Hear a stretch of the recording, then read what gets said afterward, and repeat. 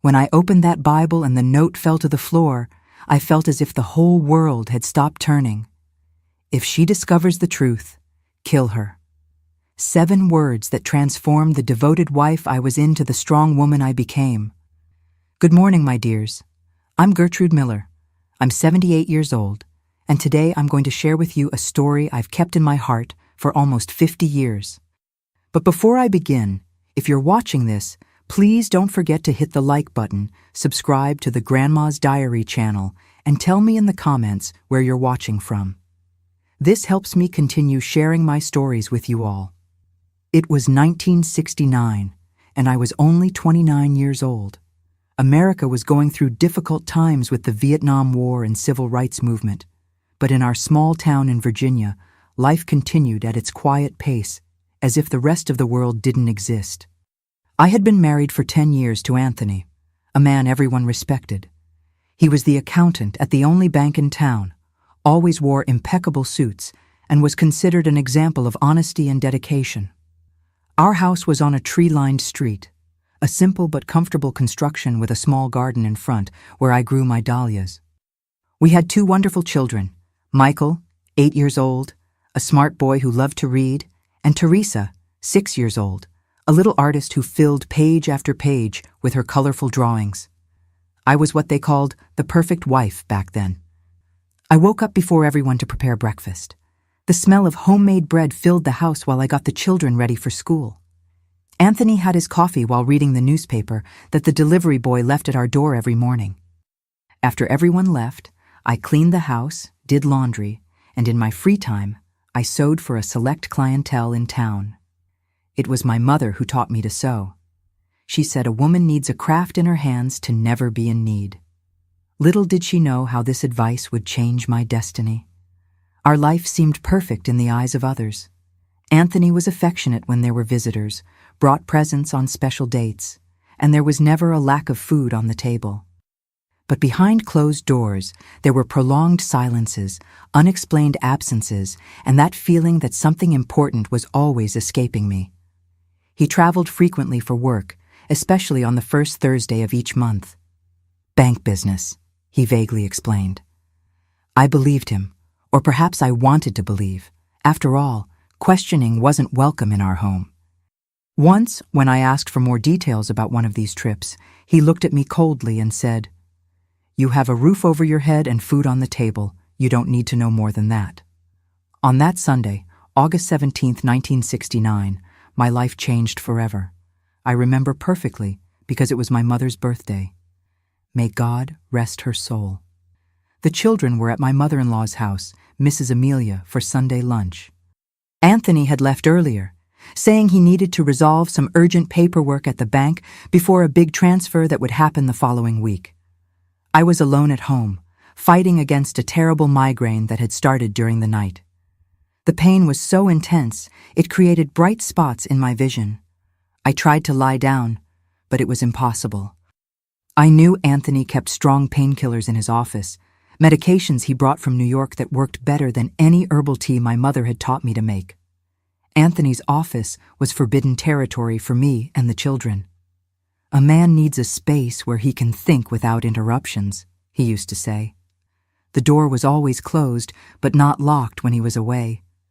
I guess he never imagined I would dare enter without his permission. That day, however, the pain spoke louder than respect for the unspoken rules of our marriage. I entered the office looking for the medicine. The room was somber, with a dark wooden desk, a leather armchair, and shelves full of books that I doubted he actually read. There was a characteristic smell in the air, a mixture of tobacco, old paper, and that imported cologne he used only on business trips. I knew the medications were in the top drawer, along with other personal items. While searching among pens, clips, and papers, I felt a strong dizziness. I leaned on the bookshelf to avoid falling and, in this movement, unbalanced some books. The leather-bound Bible, a family heirloom that Anthony displayed with pride, although I had never seen it opened, fell to the floor with a dull thud. The Bible opened in the fall, and from between its yellowed pages slipped a small, folded piece of paper.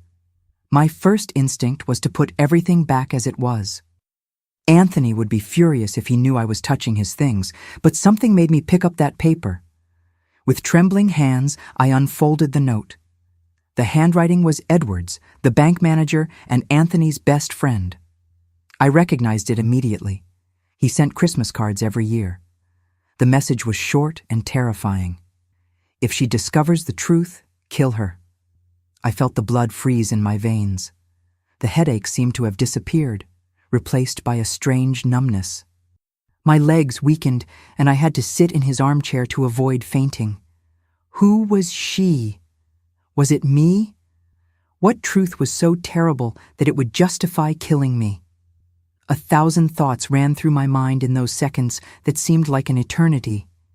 Carefully, I put the note exactly where it was, between the pages of Proverbs, and returned the Bible to the shelf. I found the painkillers, took one with water from the kitchen, and lay down in the living room, pretending to rest. But my mind was racing. When Anthony returned with the children late in the afternoon, I had already made my decision. I would not confront him directly. If that note meant what I feared, questioning Anthony could be dangerous. Instead, I would pretend nothing had happened while discovering the truth on my own. That night, I served dinner as always. I listened to the children's stories about lunch at their grandmother's house and laughed at the unfunny jokes Anthony told. On the outside, I was the same Gertrude as always. On the inside, something had broken forever. The following days were an exercise in acting. I kept the routine intact. Breakfast prepared early, children ready for school, house clean, dinner on the table at 6 sharp. But I began paying attention to every detail, every word said or unsaid, every gesture. I noticed how Anthony locked the desk drawer when he left, how he quickly hid papers when I entered the room, how he spoke quietly on the phone when he thought I was busy with the children. Small details that previously went unnoticed now screamed at me. A week after the Bible incident, I had my first concrete discovery. I was ironing his shirts, preparing them for the next business trip, when I found a crumpled receipt in the inner pocket of a suit jacket. It was from a jewelry store in Richmond, the neighboring city. The amount was exorbitant, almost 3 times what Anthony gave me monthly for all household expenses. And the purchased item, an engagement ring with a solitaire diamond. I felt as if I had been slapped. Anthony had never given me expensive jewelry. My wedding band was a simple gold piece, and I had some family costume jewelry. Who was that expensive ring for? In the same pocket, I found a small card with an address noted in Richmond. I memorized this information and put everything back exactly as it was. My heart ached, but my determination only grew. I began creating excuses to go to Richmond. I needed special fabrics for my sewing, wanted to visit a sick cousin, had to buy a present for Teresa's birthday. With each visit, I tried to discover more about the mysterious address. It was on my 3rd visit that I succeeded. I found the house, a beautiful construction in an elegant neighborhood very different from our simple house. Discreetly, I asked a lady who was watering the garden next door who lived there. "Oh, it's the young teacher's house, Marianne," the lady replied cheerfully. "Such a beautiful and educated girl. She's expecting a child, poor thing. Her fiancé comes every Thursday. They say he works in another city and can only visit her on that day. It seems they'll get married as soon as he resolves some problems with his ex-wife." Each word was like a stab. First Thursday of the month, exactly the day of Anthony's business trips. The ex-wife would be me. I was already being considered part of the past while living under the same roof as him. I returned home that day with a heavy heart, but with a growing certainty. My marriage was a farce, and I needed to discover more about what Anthony was planning. In the following days, I continued my silent investigation. I befriended Mrs. Irasema, the bank's new secretary, a widow recently arrived in town. Through seemingly casual conversations during our meetings at the market or at church, I collected information about Anthony's work. "We're all so busy with this big transfer happening at the end of the month," she innocently commented after Sunday Mass. "Your husband and Mr. Edward stayed late reviewing documents. I've never seen so much money together in my life. The big transfer Anthony had mentioned. And curiously, he had already warned me that he would make a special trip precisely on that date, a trip that could last longer than usual. The pieces started fitting together, forming a disturbing picture. Anthony and Edward were planning to divert the money from the transfer. The note, the ring, the house in Richmond, the pregnant woman, all were part of a plan. Steal the bank's money and flee to start a new life with Marianne and the child that was about to be born, abandoning me and the children without a penny, possibly without life. That's when I remembered a strange key I had found in his shaving kit months before. At the time, when I asked what it opened, he said curtly that it was from an old file drawer at the bank and quickly put it away. Now, that key gained new meaning. I waited until he left for work and the children for school, and I began searching. It wasn't in the locked desk drawer, nor in the pockets of his suits, nor in the important documents box. Finally, I found it hidden inside a fake book safe on the shelf. Ironically, a book about business ethics. The key opened a small metal box hidden at the bottom of the wardrobe, behind the travel bags. Inside, I found more evidence of the plan. Ship tickets to Argentina, in the names of Anthony Miller and Marianne Oliveira, fake identity documents, and a bundle of love letters signed by Marianne with references to our future together and the baby, who will soon complete us. The last letter was the most recent, dated just 2 weeks before. My love, only 2 weeks left until we're together forever. I've arranged everything as we agreed. The baby's crib is set up in the bedroom. Can't wait to start our real life away from that suffocating town and that woman who never deserved you. Be careful with the final details of the plan. As Edward always says, if she discovers the truth before time, you know what needs to be done. But I know everything will work out. Soon we'll be the family we always dreamed of being. With all my love, Marianne. Tears ran down my face as I read. 10 years of marriage, 2 children, thousands of dinners served punctually, clothes washed and ironed, nights awake caring for sick children. All this would be discarded like garbage, and worse, if I discovered the plan, I would be eliminated. At that moment, sitting on the bedroom floor, with the evidence of betrayal and crime in my hands, I made a decision that would change the course of my life forever. I would not be a victim. I would not be eliminated. I would use everything I discovered to guarantee the future of my children and my own future. Carefully, I put everything back as it was and locked the box, returning it to its hiding place. The key went back to the fake book safe on the shelf. Nothing would reveal that I had discovered the truth. Now I had only 2 weeks until the big heist. 2 weeks to elaborate my own plan. And while preparing dinner that night, smiling at Anthony as if nothing had changed, I already knew what I needed to do. Looking back today, I see how that migraine was actually a blessing in disguise. If I hadn't entered that office, if the Bible hadn't fallen that way, if the note hadn't slipped to the floor, my story would have a very different ending. And you, my dears, have you ever had a moment in life when a small accident revealed a great truth? Leave it in the comments. I love reading your stories. After discovering the whole truth, I spent the night awake. The children slept peacefully, not imagining that our world was about to collapse. Anthony snored beside me, his heavy sleep of someone who carries no guilt. And I, lying with eyes open, saw the moonlight enter through the window, while planning each step of the following days. I had exactly 2 weeks until the date of the big bank transfer they intended to steal. 2 weeks to act before Anthony executed his escape plan with Marianne. 2 weeks to save my life and that of my children. Early the next morning, I began executing my plan. First, I needed my own money. I couldn't depend on the household savings that Anthony rigidly controlled. Luckily, I had been secretly saving the money from my sewing. It wasn't much, but it would be enough for the first steps.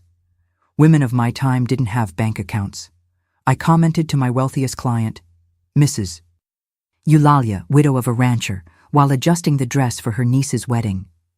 Anthony says we don't need that. that he takes care of everything. "Nonsense, Gertrude," she exclaimed. "Every woman needs her own money. I'll take you to the bank manager in Richmond tomorrow.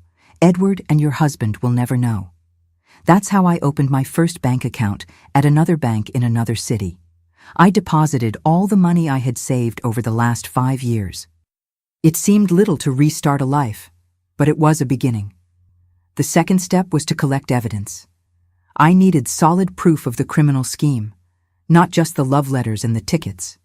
If something went wrong and Anthony noticed my intentions, I would be the perfect victim.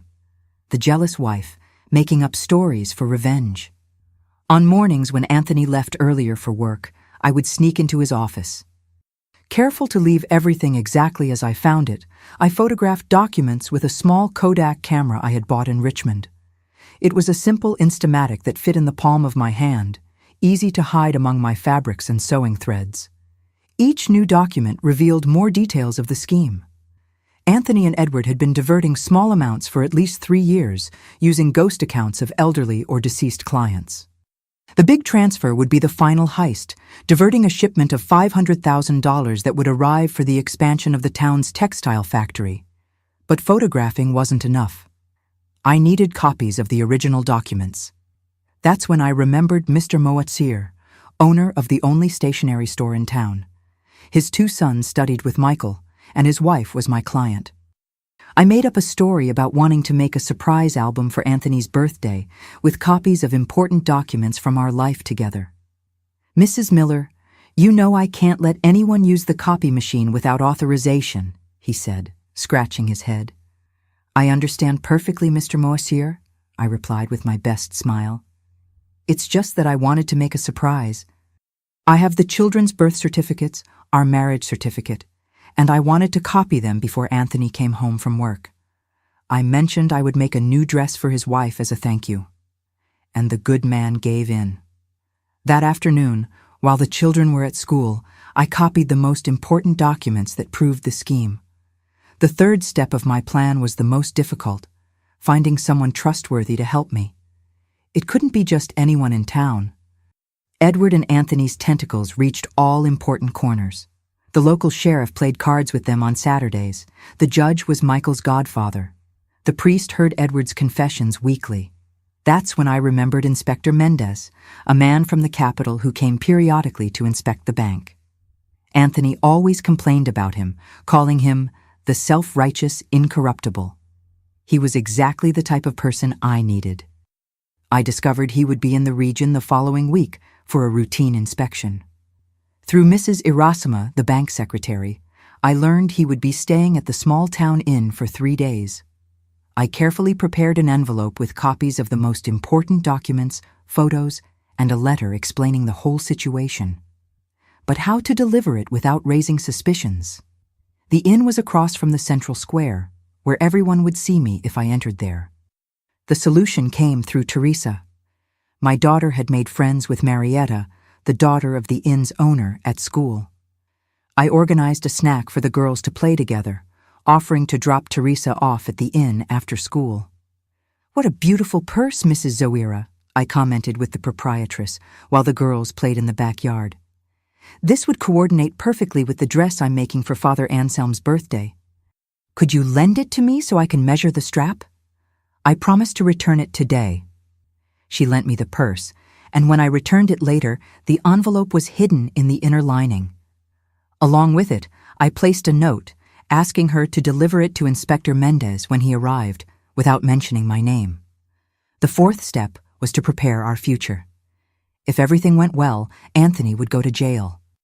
But what would become of me and the children? A divorced woman with 2 small children in 1969 would face closed doors everywhere. I reconnected with my childhood friend Louise, who lived in the capital and had a small sewing studio. I didn't tell the whole truth, just that my marriage was ending and I would need work soon. "Come here, Gertie. I really need a partner with your talent. There's a small room at the back of the studio where you can stay until you get established," she said without asking many questions. True friends are like that. They extend a hand first and ask questions later. Meanwhile, I continued my normal life. I prepared Anthony's favorite meals, took care of the children, did my sewing. At night, when everyone was asleep, I separated documents, packed a small suitcase with the essentials, and mentally calculated how long it would take to reach the capital if we needed to flee in a hurry. The week flew by. Anthony was increasingly nervous, frequently meeting Edward outside working hours. On the eve of the big transfer, I noticed him watching the children during dinner with a strange, almost melancholic look. Was he feeling remorse for abandoning them? On Wednesday, one day before the money arrived at the bank, I received a discreet sign that my plan was working. Mrs. Iritsama stopped by my house with the excuse of ordering a dress. Inspector Mendez asked for extra documents today of all transfers from the last 6 months, she whispered while I took her measurements. Mr. Edward and your husband are white as paper. My heart raced. The inspector had received my envelope, was investigating, but the danger also increased. If Anthony suspected, he could act before planned. That night, during dinner, I noticed Anthony watching me intently as I served the soup. His gaze alternated between me and the children, as if seeing us for the last time. A chill ran down my spine. "Gertrude," he said suddenly, "I think we'll have to reschedule that Sunday outing with the children. I have to resolve some urgent matters." I swallowed hard. The outing was scheduled for the day after the transfer. Would it be when he planned to disappear? "Of course, dear," I replied naturally, serving more soup. "The children will understand, won't they, Michael?" My son nodded, disappointed. Teresa played with her food, oblivious to the tension hovering over the table. After putting the children to bed, I found Anthony in the office, hunched over papers. The door was ajar, unusual for him. Was it a trap? "Anthony," I called softly. "I need money to buy fabric tomorrow. Mrs. Eulalia wants a new dress for her nephew's wedding." He raised his eyes, and for an instant I saw something I had never noticed before. Fear. "Of course," he said, taking some bills from his wallet. More than I had asked for, much more. "Buy something nice for yourself, too." I thanked him and withdrew, my heart pounding. He had never been generous without reason. Was it a farewell gift or guilt? I returned to the bedroom and sat at the dressing table, brushing my long, dark hair, still without a white strand at 29 years old. In the mirror, I saw a woman who no longer recognized the same features, but the eyes carried new knowledge, an iron determination. That night, while Anthony finally slept, I got up silently and went to the children's room. I adjusted Michael's covers. I brushed the hair from Teresa's face. Silent tears ran down my face. I promised myself that, regardless of what happened the next day, they would have a life of truth, not based on lies. Back in bed, I couldn't sleep. The clock marked the hours slowly, each tick-tock reminding me that time was running out for Anthony, for his plan, and for the life I knew. Dawn broke. The day of the big transfer arrived with a cloudless blue sky. I dressed the children for school. I prepared breakfast, as always. Anthony seemed distracted, constantly checking his watch. "I'll work late today," he announced, avoiding my gaze. "Don't wait for me for dinner." "Any problem at the bank?" I asked innocently, serving more coffee. He hesitated for a second. "No, just bureaucracy. You know how it is." Before leaving, he did something he rarely did. He kissed my cheek and hugged the children, longly. Michael noticed the strangeness, but said nothing. My son was always sensitive to mood changes. After Anthony left, I prepared for any scenario. I separated important documents, certificates, children's vaccination cards, some family photos. I hid money in different places in the house in case I needed to leave in a hurry. I packed 2 small bundles with essential clothes hidden under the bed. The day dragged on. I left the children at school, shopped at the market, sewed a dress for the pharmacist's wife. Normal activities of a common housewife, while inside I was a volcano about to erupt. In the afternoon, Mrs. Iritsama quickly stopped by my house with the pretext of trying on the dress I was making. "There are police from the capital at the bank," she whispered while I adjusted the hem. "They arrived with the money for the transfer. Inspector Mendez is with them. Mr. Edward is locked in the room with 3 men in suits. Your husband tried to leave, but they asked him to stay." I thanked her for the information with a nod, pretending to concentrate on my work. When she left, I sat in the sewing machine chair, trembling. It was happening. My plan was working. But what would come next? I picked up the children from school and took them to my sister-in-law Lucinda's house, Anthony's sister, with the excuse of needing to finish an urgent dress without interruptions. If something went wrong, at least they would be safe. I returned home and waited. The sun was beginning to set, tinting the sky orange and red. The hours passed and no news. The dinner I prepared was getting cold on the stove. The house, usually noisy with the children's games, was immersed in an oppressive silence. At 8 o'clock, I heard sirens. My heart almost stopped. I ran to the window and saw 3 police cars passing quickly down the street toward the center of town, where the bank was located. Half an hour later, loud knocks on the door startled me. I opened with trembling hands, expecting to find police officers. It was Lucinda, my sister-in-law, pale and breathless. "Gertrude, have you heard? Anthony and Edward were arrested. They're saying they tried to steal the money from the textile factory's transfer. A scandal. The entire town is in the square." I pretended surprise and shock, grabbing the doorframe as if I needed support. "It can't be. There must be some mistake." "There's no mistake," she replied, entering and closing the door behind her. Inspector Mendez received an anonymous tip with evidence, documents, photos, everything. They had been diverting money for years, and there was more. She hesitated, looking at me with a mixture of pity and embarrassment. "But what, Lucinda?" I asked, although I already knew the answer. "They found tickets to Argentina in Anthony's name and a woman called Marianne. They say she's pregnant in Richmond." I let myself fall into the chair, covering my face with my hands. I didn't need to pretend shock or pain. They were real, even though I already knew the whole story. One thing was discovering the betrayal in secret. Another was seeing it exposed to the whole town. "The children," I murmured. "Are they sleeping well at your house?" "Yes," replied Lucinda, sitting beside me and holding my hand. "They can stay as long as necessary. Now we need to think about what you're going to do." What was I going to do? The question echoed in my mind, while Lucinda talked about lawyers, police interrogations, and the inevitable scandal that would follow. I already knew the answer, of course. I had planned every detail in the last 2 weeks. But at that moment, with reality finally crashing down on my head, I felt a strange mixture of relief and dread. My husband was a criminal. He was in jail. He had betrayed not only me, but the trust of an entire community. He had another woman, another child on the way, and according to the note, would have killed me if necessary. The life I knew was over, but somehow I was alive.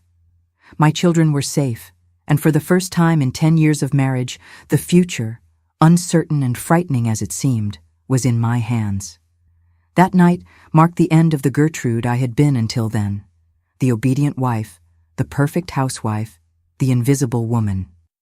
The next day, when the sun rose, I would begin to forge a new version of myself. And that's exactly what I did. The news of Anthony and Edward's arrest spread like wildfire. Our small town had never experienced a scandal of that magnitude. The bank closed for 3 days for a complete audit. Police from the capital occupied the local station. Journalists from Richmond and even from Washington arrived to cover the case of the Bible heist, as they called it, because of the note found between the sacred pages.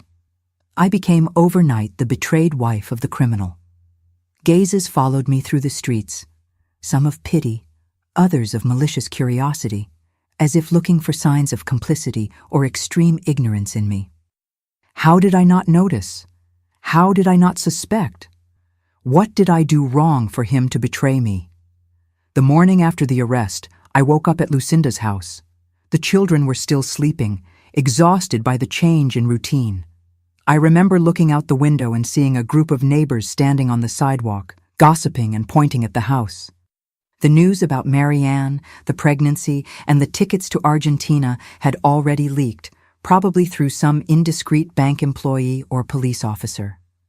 "You don't need to face this now," said Lucinda, bringing me a cup of coffee. "Stay here with the children until things calm down." But I knew that hiding would only feed more gossip. I took a bath, wore one of my best dresses, navy blue with small white details that I had sewn myself, and combed my hair carefully. I applied a little lipstick, something I rarely did on a common day. "I'm going to the market," I announced, taking my purse. "The children need fresh milk when they wake up." Lucinda looked at me as if I had lost my mind. "In the middle of this uproar, I can send my son to get it for you." "I need to show my face, Lucinda. If I hide, they'll say I'm ashamed, that I knew everything, or worse." She didn't understand immediately, but years later, she confessed to me that was the moment she realized I was much stronger than everyone imagined. Walking to the market that morning was like crossing a minefield. With each step, I felt the gazes, heard the whispers that ceased when I approached. At the butcher shop, silence fell when I entered. Ladies with whom I had exchanged recipes for years suddenly didn't know what to say. It was Mrs. Zulmira, the inn's owner, who broke the ice. "Mrs. Miller, good to see you. I was just commenting on how brave you're being through all this. Do you need any help with the children?" I thanked her with a polite smile. I bought what I needed and left with my head held high. Inside, I was trembling like a leaf in the wind, but I would never let them see that. That small victory, facing the market, gave me strength for what would come next. At the sheriff's office, I was informed I needed to go to the capital to give a statement.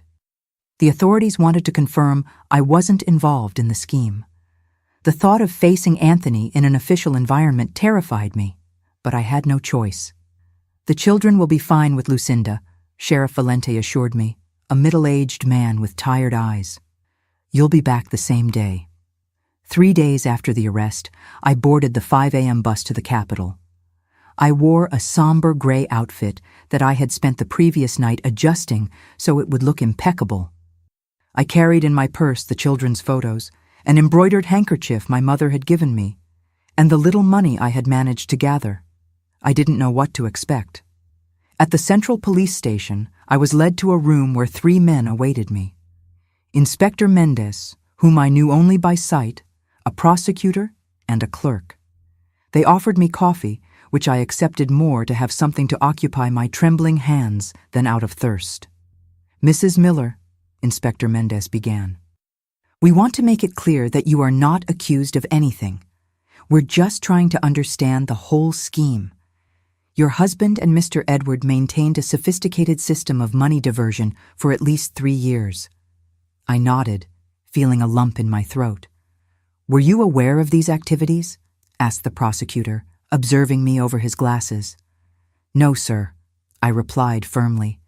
"I discovered everything 2 weeks ago by chance." I told him about the note in the Bible, the investigations I made, the discoveries about Marianne. I omitted only that it had been me who anonymously sent the evidence to Inspector Mendez. Something told me to keep this detail secret. The statement lasted almost 4 hours. They answered my questions about the legal process. They explained that we would probably lose the house, which was financed by the bank, and that Anthony would face several years in prison. "And what about her?" I asked, unable to pronounce Marianne's name. The inspector exchanged glances with the prosecutor before answering.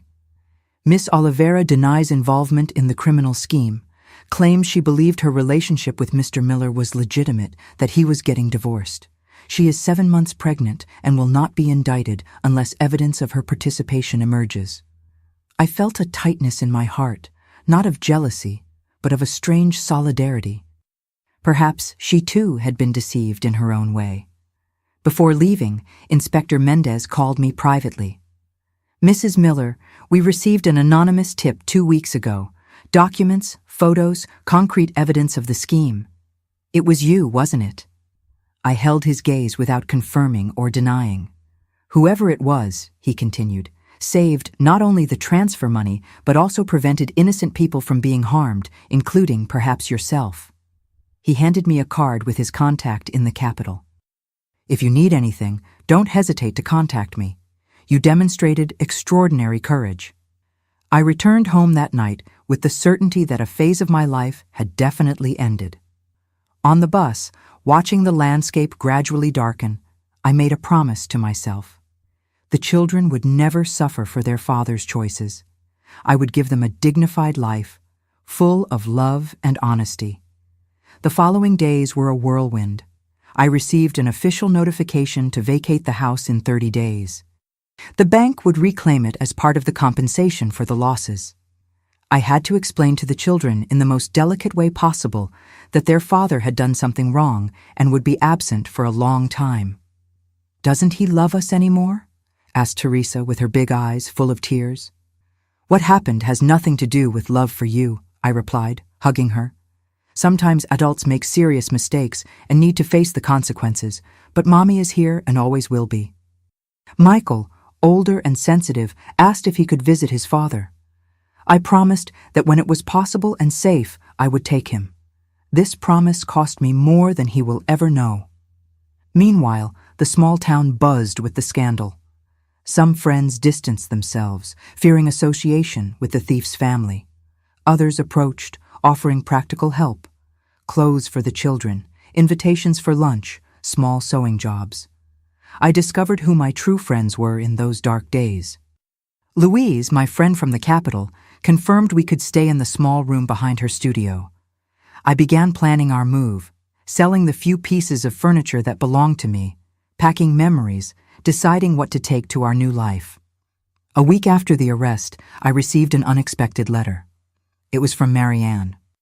With delicate handwriting on perfumed paper, she asked forgiveness for the suffering caused, swearing she didn't know about the criminal plan, nor that I and the children would be abandoned without resources. "He told me your marriage had ended years ago, that you only remained together for appearances," she wrote. "I believed because I wanted to believe. Now I carry a child who will be born with his father in prison and an uncertain future ahead. I don't ask for your friendship, just that you know I was also deceived." I folded the letter carefully and put it away. I didn't respond. There was nothing to say. But those words planted a seed that would only bloom years later.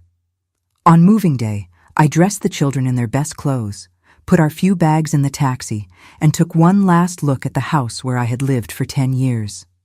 I didn't feel sadness, just a vague relief. Those walls held more lies than truths. At the bus station, we found familiar faces who came to say goodbye. Lucinda hugged her nephews long, promising to visit them during vacation. Mrs. Eulalia handed me an envelope discreetly. "A small loan," she whispered. "To start your business. I know you'll pay me when you can." The trip to the capital lasted 4 hours, but it seemed we were crossing to another planet. Michael looked fascinated out the window, the buildings getting taller as we approached. Teresa slept in my lap, exhausted by the adventure. As for me, I observed my reflection in the window glass.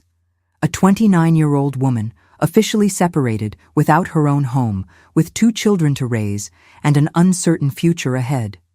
Strangely, I didn't feel afraid. For the first time in many years, I breathed freely. Louise was waiting for us at the bus station. Her wide and sincere smile was like a ray of sunshine amid the fog. She hugged me long and then bent down to greet the children. "Welcome to your new life," she said simply. The small room behind the studio was smaller than I imagined. A double bed where the 3 of us would sleep, a small table with 2 chairs, a small wardrobe. The bathroom was shared with the studio, but it was clean. It had windows that let in natural light, and Louise had placed fresh flowers in a colorful vase. "It's temporary," she assured, helping us organize our things. "Soon you'll have your own space." That first night, after the children finally fell asleep, exhausted from the trip and the novelties, I sat on the small back porch. The capital's sky was different. Fewer visible stars, more artificial lights, the constant noise of cars in the distance. Everything was strange. and yet I felt an inexplicable peace. There, under the unknown sky, I swore I would transform our tragedy into triumph. I would not just be the ex-wife of the thief, the poor woman abandoned with 2 children. I would be Gertrude, seamstress, mother, independent woman, someone who found a threatening note and instead of becoming a victim, used it as a catalyst for her liberation. The first months were extremely hard. I worked at Louise's studio during the day, doing adjustments and simple sewing. At night, when the children slept, I created my own models, dreaming of the day I would have my own clientele. Michael and Teresa were enrolled in the local public school, quite a change for children who came from a small school in a small town. Money was counted penny by penny. Many nights after the children went to bed, I cried silently, exhausted from work, worried about the future, hurt by memories. But when the sun rose, I washed my face, applied a little lipstick, and faced another day. Anthony was sentenced to 8 years in prison. Edward received a longer sentence for being the mastermind of the scheme. When the sentence appeared in the newspapers, I showed my children, not to feed anger or hurt, but so they would understand that actions have consequences, that choices define destinies.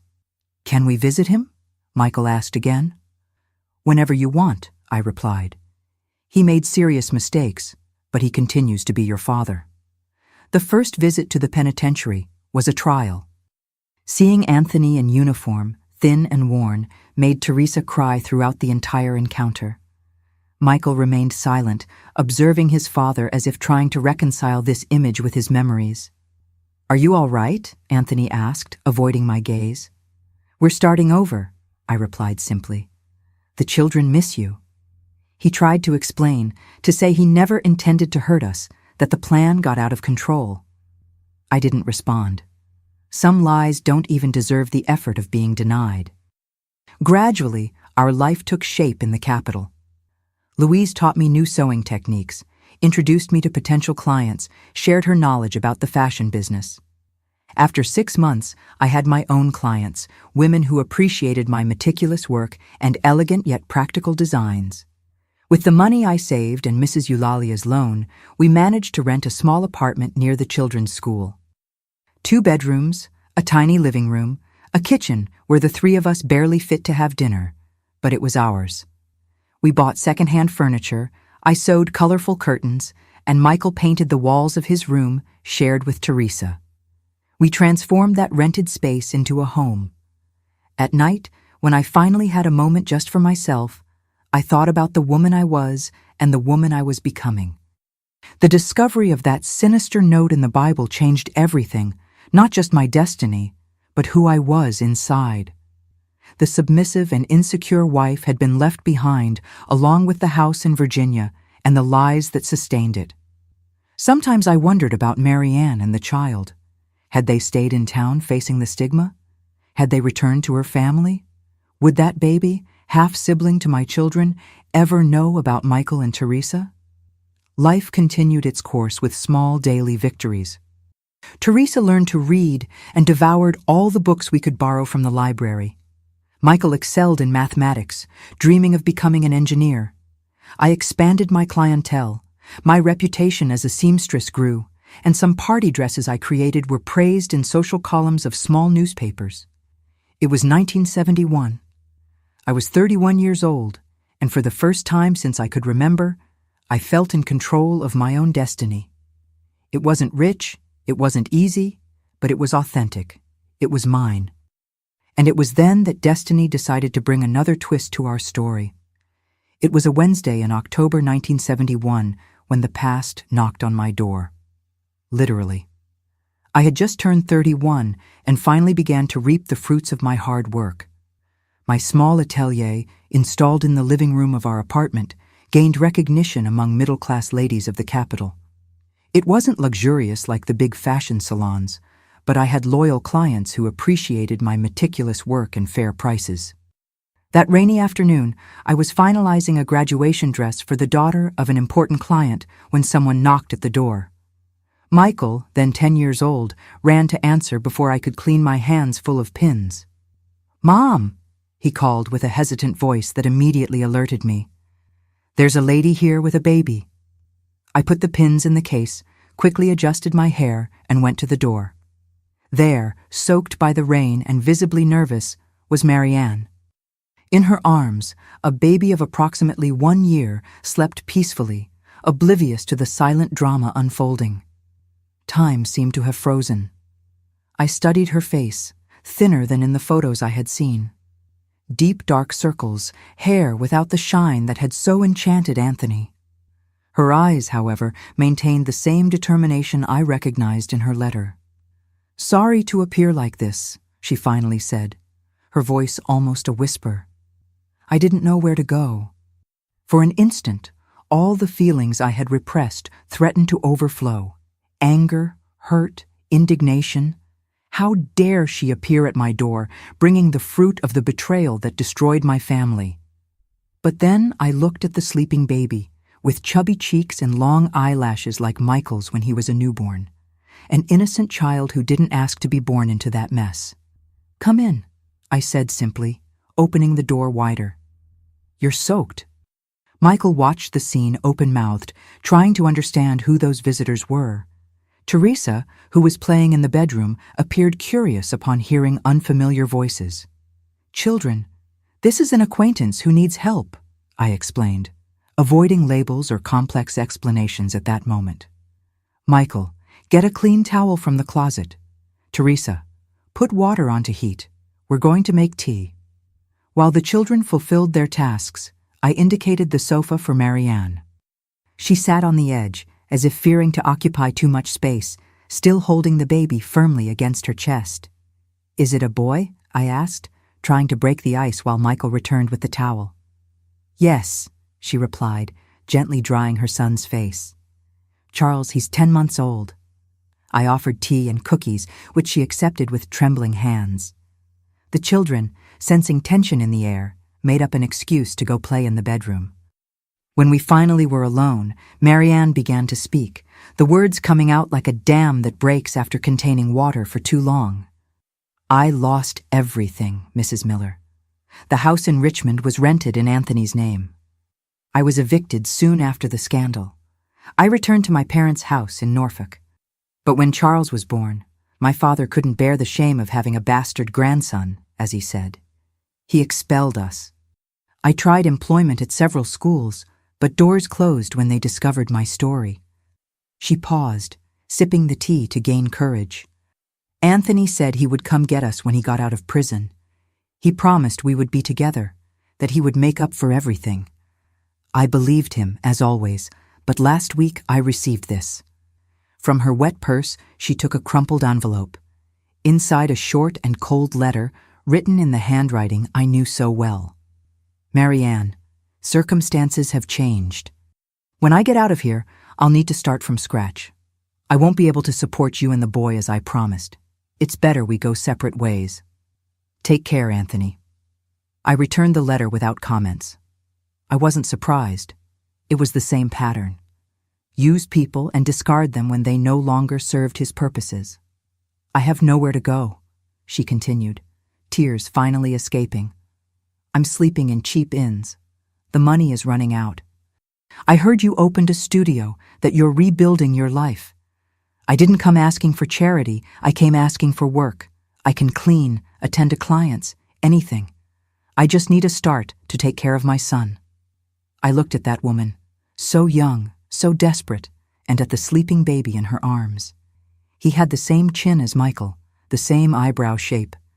He was half-brother to my children, whether I wanted it or not. What right did I have to judge Marianne? She too had been deceived. She too had been discarded when she ceased to be convenient. The difference between us was that I had discovered the truth in time to prepare, to build an escape plan. She was caught unprepared, with a baby in her arms and empty promises in her ears. "Do you have experience with sewing?" I finally asked. She shook her head. "No, but I learned quickly. I was a primary school teacher.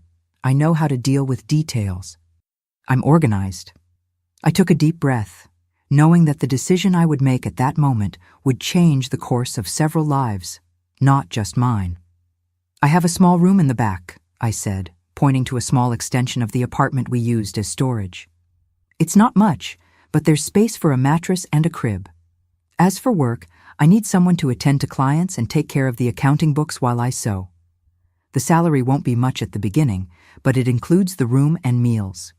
Her eyes widened, alternating between disbelief and relief. You would accept me after everything?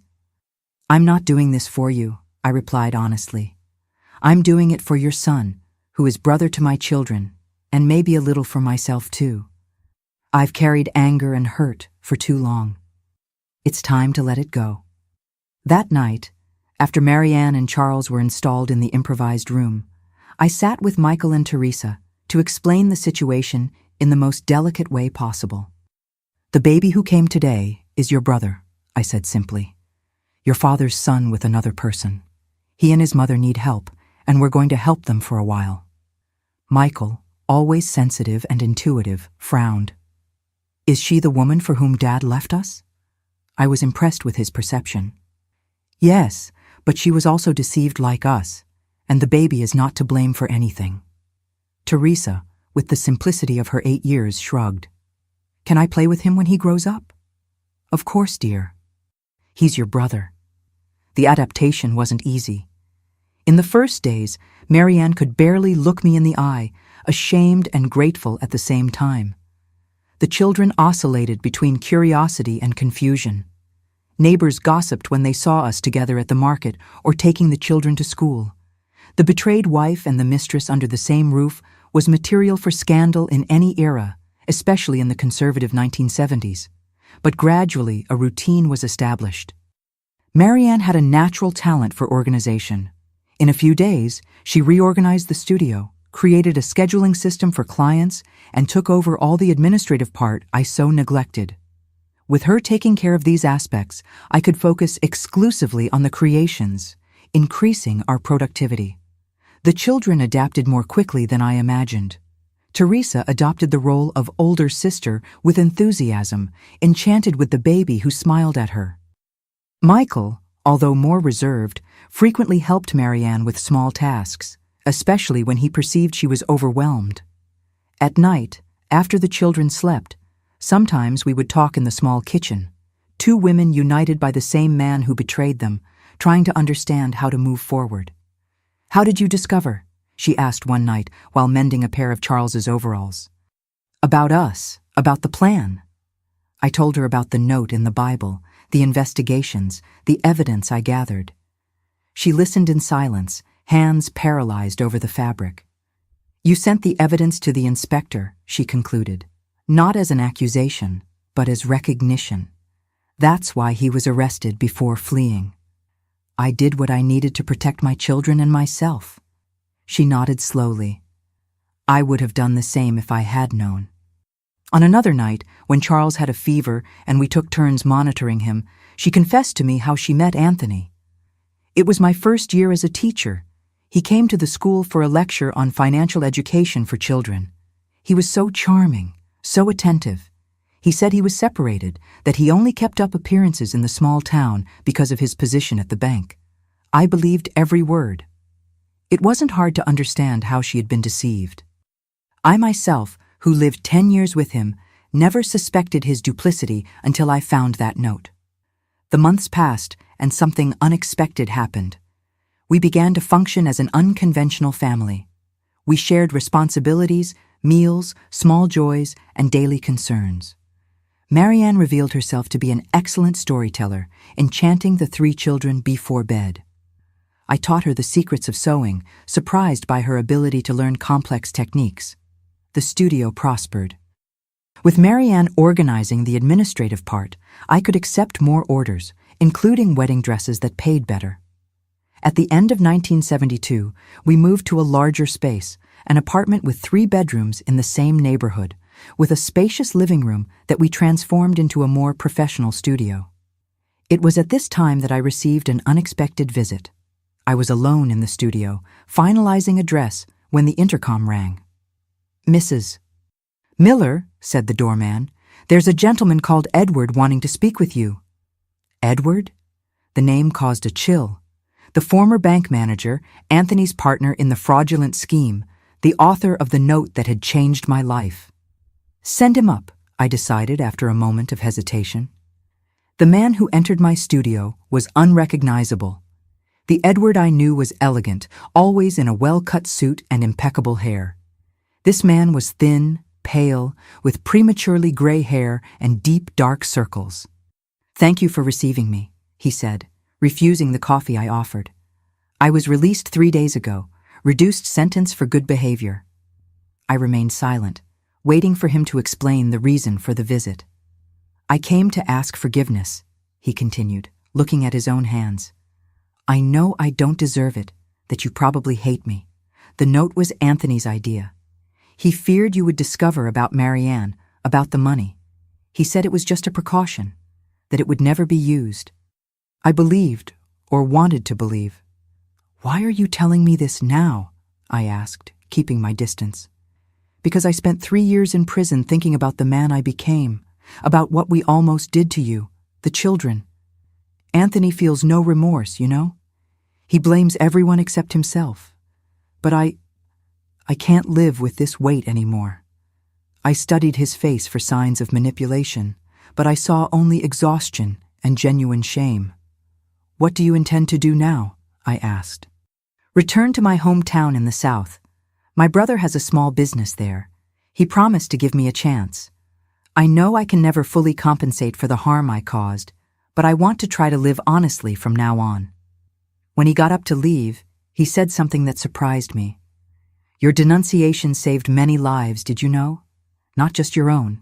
If we had managed to flee with that money, many families would have lost their savings. Jobs would have been destroyed when the factory couldn't expand. Your courage made more difference than you imagine." After he left, I stood at the window for a long time, watching the busy street below. Edward's visit brought up memories I tried to keep buried, but also brought a strange sense of closure. The man who had written those threatening words was repentant, seeking redemption. That didn't erase the past, but somehow made the present lighter. When Marianne returned with the children from school, I didn't mention the visit. Some bridges with the past are better left behind. 1973 brought new challenges and opportunities. Michael, now 12 years old, stood out more and more at school, especially in sciences and mathematics. Teresa, at 10, revealed talent for drawing. Her illustrations began to inspire some of my models. Charles, almost 3 years old, was a happy and curious child who called me Aunt Gertie and Marianne simply Mommy, without yet understanding the complexity of our situation. It was in this year that we made a decision that would definitely change the course of our lives. An influential client, owner of a fine fabric store, offered me a partnership in a new venture, a boutique in the city center focused on custom-made clothes for special occasions. "You have the talent, I have the capital and contacts," she explained. "We can transform your home studio into a real business with a storefront and everything else." The opportunity was tempting, but frightening. It would mean a larger investment, more responsibilities, more visibility. "I need to talk to my partner," I replied, using the term we had adopted to describe Marianne to strangers, avoiding complicated explanations. That night, after the children were asleep, I put the proposal on the table in our small kitchen. "It's risky," pondered Marianne, always cautious with finances since our experience with men who manipulated money. "But it's also the chance we've been waiting for. If it works out, we can give the children a better education, maybe even buy a house someday." We discussed until late, weighing pros and cons, making calculations on pieces of paper, dreaming a little too. In the end, we decided to accept. The home studio had sustained us in difficult times, but it was time to grow. "Confections by Gertrude," I suggested as a name. "How about something more modern?" Marianne countered. "Atelier Nouveau, or something like that?" We laughed together, realizing how we had become a real team over the years. Two women broken by the same storm, who learned to rebuild together what they had lost separately. The next day, when I informed my client that we accepted the proposal, she smiled with satisfaction. "I knew you would say yes. I've already reserved the space. that store on Madison Avenue that closed last month. It will need renovation, of course, but it has potential. In 3 frantic months, we transformed the empty space into an elegant boutique. Marianne revealed talent for decoration, creating a sophisticated environment with limited resources. We hired 2 seamstresses to help with basic orders, while I dedicated myself to exclusive pieces, which would be our trademark. The inauguration was a small local event with cheap champagne in borrowed glasses and appetizers prepared in our own kitchen. Michael, serious in his best clothes, received guests at the door. Teresa distributed small scented sachets we had made as souvenirs. Charles, still too young to understand the importance of the moment, enchanted the clients with his easy smile. Looking around at the beautiful space we had created, at the healthy and happy children, at Marianne organizing everything efficiently, I felt a wave of gratitude so intense that I needed to lean on the counter. 4 years before, I had found a threatening note hidden in my husband's Bible. At that moment, I thought my life was over. I couldn't have been more wrong. It was just beginning. The note that should have sealed my death sentence became, ironically, my safe conduct to freedom. The woman who should have been my rival became my closest ally. The tragedy that should have destroyed me ended up rebuilding me stronger, wiser, and surprisingly, happier. Our boutique, Atelier Gertrude, yes, I ended up partially giving in to Marianne's modern suggestion, flourished beyond our most optimistic expectations. From 1973 to 1975, we went from a small space on Madison Avenue to an elegant store, with a wide storefront on Park Avenue, a noble area of the capital. What began as a custom sewing studio transformed into a reference of fashion for special occasions. I remember the pride I felt when in 1975 one of my wedding dresses was photographed for a women's magazine. I, Gertrude, the woman who 5 years before faced the scandal of being the thief's wife, now saw my creation stamped on glossy pages with the caption, "Elegance, signed by Gertrude." Marianne revealed herself to be not only an excellent administrator, but also a visionary for business. It was her idea to expand to a small line of ready-to-wear dresses, more accessible than custom-made, but maintaining the quality that characterized us.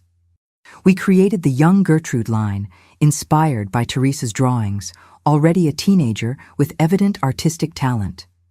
Our unusual partnership, the betrayed wife and the ex-mistress, became a discreet subject in the city's social circles. Some people turned up their noses, finding the arrangement scandalous. Others admired our ability to overcome the past for the sake of the children and the future. Most, fortunately, were too busy with their own dramas to care about ours.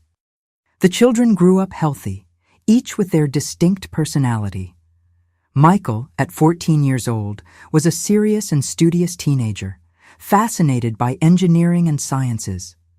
Teresa, at 12, already showed the artistic temperament that would mark her life, always with a sketchbook under her arm.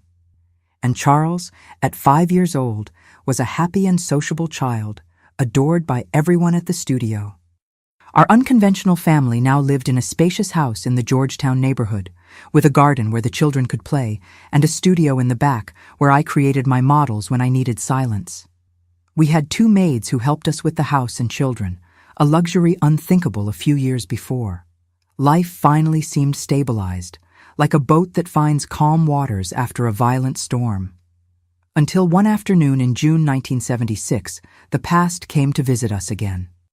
I was at the studio adjusting a graduation dress for a client when our receptionist entered hesitantly. "Mrs. Miller, there's a man wanting to speak with you. He says he's Mr. Anthony Miller." The pin I was holding slipped between my fingers, slightly pricking my skin. Anthony. After 7 years in prison, he was free, a fact I knew would eventually happen, but for which I never felt completely prepared. "Tell him I'm busy," I replied automatically, a reflex of self-preservation.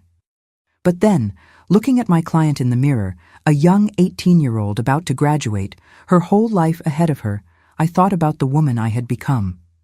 I was no longer that insecure wife, intimidated by the mere presence of my husband. I was a businesswoman, a mother, a woman who had rebuilt her life from the ashes. No. Ask him to wait in the reception room. I'll finish in 15 minutes. I completed the adjustment with hands that refused to tremble. I scheduled the final fitting of the dress and took a deep breath before walking to reception. Anthony was sitting rigidly in one of the elegant armchairs, looking out of place in that feminine and sophisticated environment. The years in prison had aged his face, completely whitened his once black hair. He wore a simple suit, clean but out of fashion, probably bought before his imprisonment. Our gazes met, and for an instant I was transported back to that kitchen in 1969, preparing breakfast for a man who planned to abandon me. Or worse. "Gertrude," he said, standing up. "Anthony," I replied with a calmness that surprised myself. "Let's talk in my office." I guided him through the studio, aware of the curious glances from the seamstresses and assistants. Many of them knew my story, or at least parts of it. Seeing the infamous ex-husband was like witnessing a legend character come to life. My office was a space that reflected who I had become. Organized, elegant, without ostentation, with Teresa's drawings framed on the walls, and a large table where I could both design models and review contracts. "You've built something impressive here," he commented, observing the environment. "What do you want, Anthony?" I asked directly, indicating he should sit while I took my place behind the desk. The power dynamic between us was clearly different now. "To see my children," he replied, looking at a photo frame on my desk that showed Michael and Teresa at their middle school graduation. "I was released a week ago. I'm living in a boarding house near here. Michael is 15 years old now. Teresa, 13. They're no longer the children you left behind." "I know," he said, rubbing his hands nervously. "I received the letters and photos you sent. Thank you for that, for maintaining that connection, even after everything." I nodded silently. Despite everything, I had always kept my promise to keep the children connected to their father. I sent photos, school reports, important news, allowed them to visit him when they showed interest, although these visits had become increasingly rare over the years. "I also want to see Charles," he added, surprising me. "Charles? You rejected your own son. Marianne showed me your letter." A blush of shame hit his aged face. "I was desperate, Gertrude. I thought it would be easier for everyone if I simply disappeared from your lives. But in prison, I had too much time to think, to regret." I studied his face, looking for signs of the old Anthony, the manipulator, the charming liar who had deceived not just me, but an entire town. I found only a worn, middle-aged man carrying the weight of his choices. "I can't decide for Marianne about Charles," I finally replied. "As for Michael and Teresa, they're almost adults now. The choice to see you or not should be theirs." "That's fair," he agreed. "Are you with someone now?" The question caught me off guard with its irrelevance. What did my personal life matter to him? "My private life is none of your business, Anthony. It hasn't been since the day I found that note." He lowered his head, accepting the reprimand. "I understand. I just wanted to know if you managed to be happy despite what I did." "I'm happy despite you, not because of you," I replied, realizing the profound truth in those words. "I built a life I love, with people I value. The note that should have destroyed me ended up freeing me." When he left, I promised to inform the children about his return and let them decide if they wanted to meet him. I watched from the window as he walked down the sidewalk, shoulders slumped, a man diminished by his own choices. That night, I gathered Michael, Teresa, and Marianne in the living room. Charles was already asleep, oblivious to the emotional storm forming. "Your father has been released," I announced without beating around the bush. "He came to the studio today. Wants to see you." Michael, almost a man now, crossed his arms defensively. In recent years, his visits to his father had practically ceased, replaced by an almost obsessive dedication to his studies. "I have nothing to say to him," he declared, with the firmness of young people who believe they have all the answers. Teresa, always more emotional, bit her lip, her eyes welling up. "Did he ask about me specifically?" "He asked about both of you," I replied softly. "The decision is yours. I won't force you to do anything." Marianne remained silent, but I noticed how her hands clenched nervously. The mere mention of Anthony still affected her, despite the years and the new life she had built. "He wants to see Charles too," I added, looking directly at her. Her eyes widened. "After the letter he sent me? After abandoning us? Why now?" "He says he repented, that he had time to think in prison." A heavy silence fell over the room, each absorbed in their own thoughts and memories. "I'll meet him," Teresa finally decided. "Not for him, but for me. I need to understand some things." Michael shook his head. "I'm not ready yet. Maybe I never will be." Marianne took a deep breath, eyes fixed on a photograph of Charles on the wall.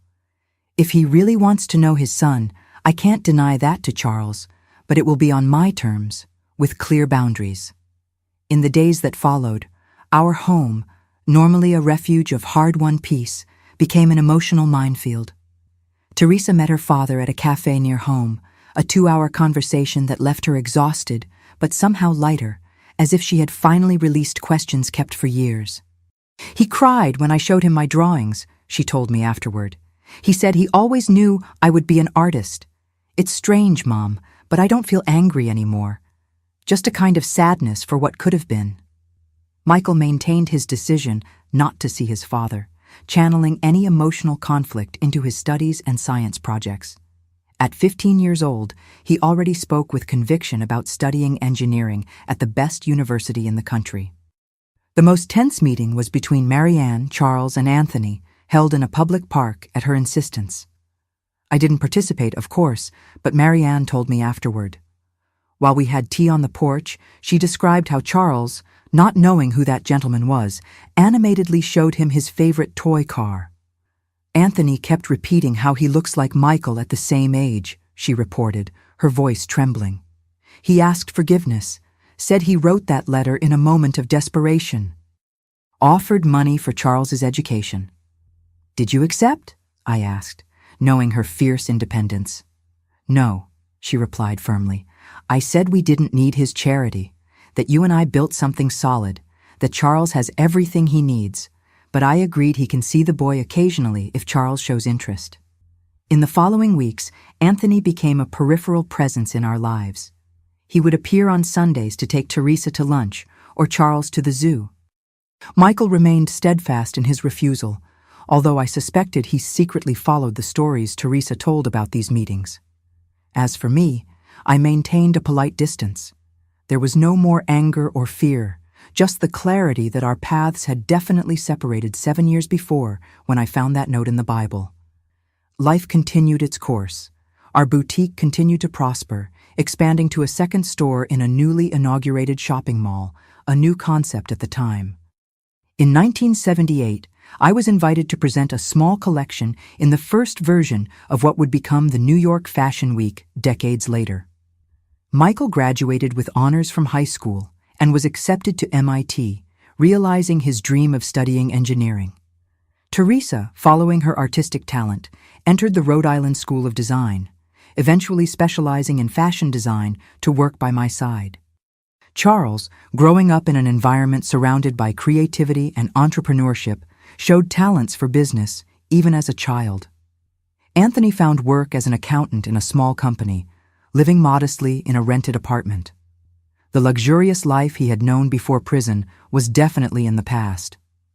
At important events for the children, graduations, presentations, competitions, we maintained a cordial distance, silently recognizing that, despite everything, we were united by the 3 young people we helped raise. It was in 1980, almost 11 years after the discovery of the fateful note, that the cycle finally completed. I was in my studio working on the final details of a wedding dress when my assistant interrupted me. "Mrs. Miller, there's a couple here wanting to speak specifically with you about an exclusive wedding dress." I adjusted my hair, now with some gray strands that I wore with pride, and went to the reception room. There, holding hands, were Edward, the former bank manager, author of the note, and a woman approximately his age with a shy smile. "Edward," I greeted him, surprised. I hadn't seen him since his visit years ago, shortly after leaving prison. "Mrs. Miller," he replied, visibly nervous. "This is Helena, my fiancée. We're getting married next month. A simple ceremony. When we were looking for someone to make her dress, your name appeared in all the recommendations. I didn't know if I would be welcome, but—" Helena squeezed his hand encouragingly. "He told me about his past, about his connection with Mrs. Miller," she explained. "I know it's asking a lot, but I would be honored if you would consider creating my dress." I looked at that man who once had written the words, "If she discovers the truth, kill her," and his fiancée, who accepted him despite his dark past. The irony of the situation didn't escape me. The man who had participated in a plan that almost destroyed my life now came to me seeking help to celebrate his love. 11 years ago, I would have refused immediately, moved by hurt and justified resentments. But the woman I was now understood something about second chances, about new beginnings, about transforming tragedies into triumphs.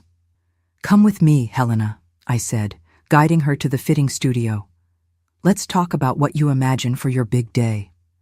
In the months and years that followed, our story continued to unfold in directions I could never have predicted that fateful afternoon in 1969. Michael graduated as an engineer and eventually opened his own construction company. Teresa became my creative partner at the studio, bringing fresh air to my traditional creations. Charles, with support from both Marianne and Anthony, went into business administration, eventually taking over the management of the business that Marianne and I built. Marianne and I never separated, neither as partners nor as family. That temporary situation transformed into a lifelong partnership based on mutual respect, deep understanding, and a shared love for the 3 children we raised together. Many didn't understand our dynamic, but we learned to ignore external judgments a long time ago. Anthony passed away in 1995 after a sudden heart attack. At the funeral, we were all there: Michael, Teresa, Charles, me, Marianne. Not for lost romantic love, but out of respect for the man who, despite his enormous mistakes, had connected us in ways none of us could have imagined. Today, at 78 years old, I look back and see how a simple note hidden in a Bible completely altered the course of my existence. What should have been my death sentence became, ironically, the catalyst for a full and authentic life. I now have 6 wonderful grandchildren. The boutique transformed into a nationally respected brand, although I officially retired a few years ago, leaving the business in the capable hands of Teresa and Charles. Marianne and I still live together, 2 elderly ladies who shared so much that they became practically sisters. Sometimes, when we're gathered for a Sunday lunch, my children, grandchildren, Marianne, I think about that frightened 29-year-old woman, trembling as she read a threatening note with no idea how she would face the future. I wish I could go back in time and whisper in her ear, "Courage, Gertrude. What seems like the end of everything is just the beginning of something extraordinary. The storm is brutal, but what you'll build after it will be stronger and more beautiful than you ever imagined." That's what I'd like to leave with you today, my dears. Whatever storm you're facing, know that it can be the beginning of something new, not the end of everything. Sometimes, we need something to break completely so we can build something much more beautiful in its place. Thank you for accompanying me on this journey of memories. If this story touched your heart, leave your like, share it with someone who needs to hear a message of hope, and subscribe to the Grandma's Diary channel for more stories of overcoming. Tell me in the comments if a great difficulty ever transformed into a blessing in your life, a loving hug from this grandma who learned that it's not the events that define our lives, but how we choose to respond to them. Until the next video,